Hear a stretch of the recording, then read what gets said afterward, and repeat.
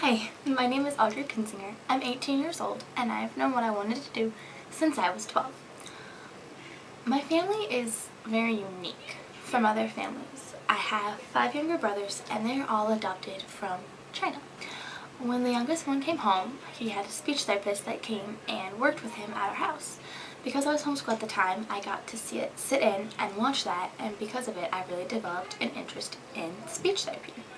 I was about 11 at the time, and so career planning wasn't really on my horizon, but I kept it in the back of my mind, and whenever I went into 7th grade, our math teacher had us write a paper on how we would use math in our careers. So I decided to write mine on speech pathology, and that's when my passion developed. I told my mom one day that I was going to be a speech therapist and that I was going to go to China and help all of the orphans. She smiled and did what parents do, and questioned my logic. Where was I going to find such a program? How was I going to afford this? What was I going to live on? I took that into consideration and pushed it into the back of my mind, still wanting to pursue a career in speech pathology, but unsure of quite how I could get to China. I went on with my life going into high school. I was an active member of student council, of which I am now the president. I joined the NHS, and I was active in my 4-H, participating in many service projects along the way, such as making Christmas cards for the elderly and distributing Valentines at the care center. With my student council, we did fundraiser after fundraiser for different missions around the area, such as Peter and Paul, where we raised money to cook a meal.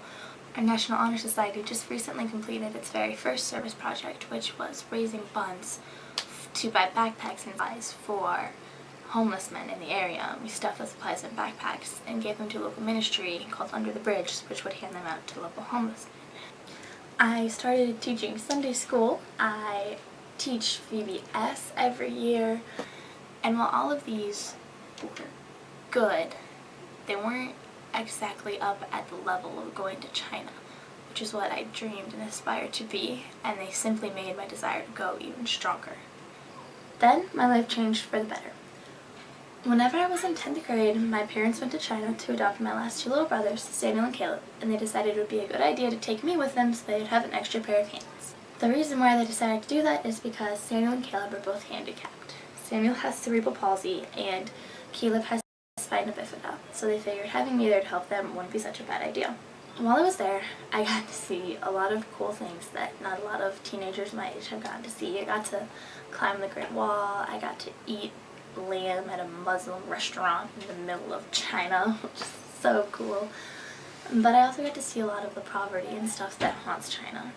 And while I was there, my passion just grew stronger and stronger and stronger. On one of our last nights there, we were in Hong Kong visiting with the Christian Action, which is a Christian organization based out of Hong Kong. They had helped Caleb get several of his surgeries that he needed and had really taken care of him and given him a really good life. And if they hadn't been there, he might not have made it. So I was really thankful to this organization, and I was talking to one of the women there, and her name was Dora.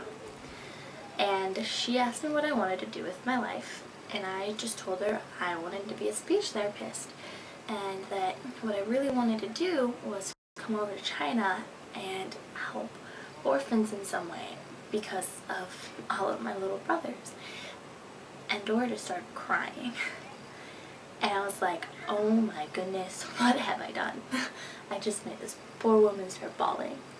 And she just told me that they had been praying for someone to come along to be a speech therapist. They have a program where they fly in an American speech therapist like once or twice, maybe even 3 times a year, depending on how often they can get away, to go into the provinces and like assess the children and maybe like help them out just a little bit or just to do what they can. And they were looking for another one. And then I came along. And even though it's going to take a while for me to get there, she was just so thankful that somewhere down the road someone else was going to step up. They say that when God closes a door, he opens a window. And in my case, I think he might have just opened the floodgates. And that is how I plan to live it up.